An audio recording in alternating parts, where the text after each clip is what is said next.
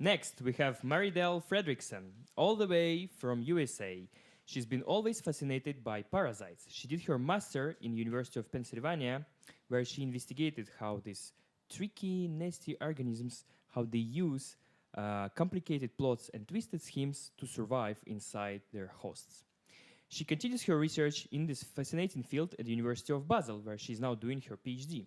On a psychom side, she admires passionate teachers and theater performers for their ability to elicit intense emotions from a room full of people and to change our world views.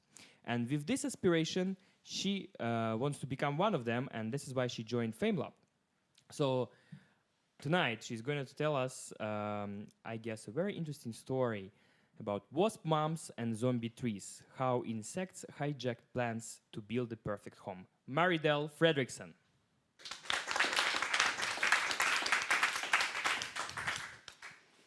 Mic check.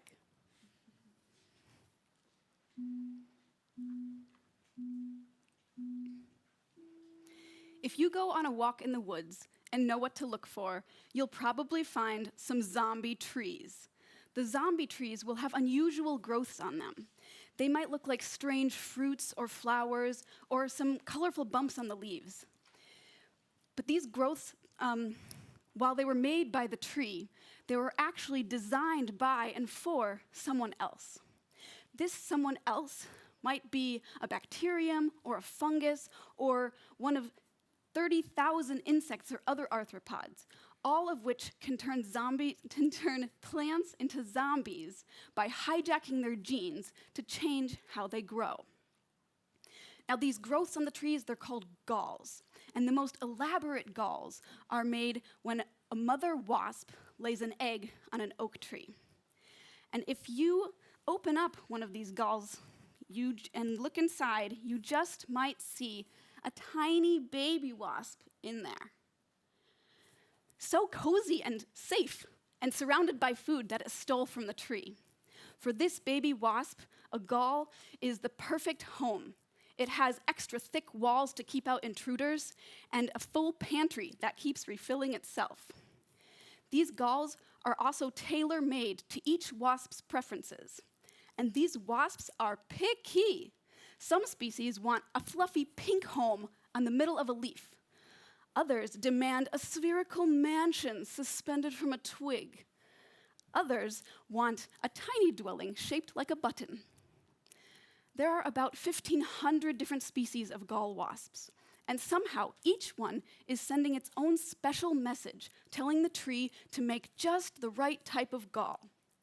But what are these messages? How do the wasps send them? And how do the trees respond? The truth is, no one knows. These messages are still secrets that no one has been able to decode. But we do have some clues. Last year, scientists discovered wasp proteins that mimic plant proteins, and these mimics could trick the plant cells into growing and dividing to make a gall. Then, this year, scientists discovered that wasps could also be turning off certain genes in the plants by hijacking their immune system. Even with all of these exciting discoveries, we're still far from understanding how one wasp can order a fluff ball and the other can get a button. But I think that this mystery is kind of nice. In a world where anything can be Googled in seconds, it's refreshing and sobering to remember that our natural world is still full of so many puzzles that anyone can study by just going on a walk in the woods. Thank you.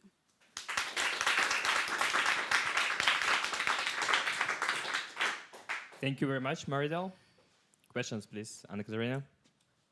Is this damaging for the plants, or is there any way they even can maybe profit from this?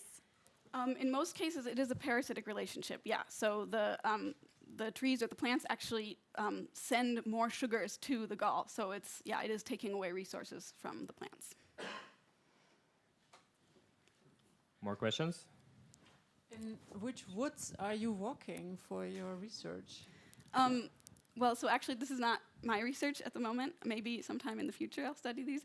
But the gall that I have here, I just found in Basel. Yeah, I mean, they're everywhere. And I found some other ones just, yeah, like there's like lots of different types. Any woods that you walk in, or even in like residential areas, you'll probably find some.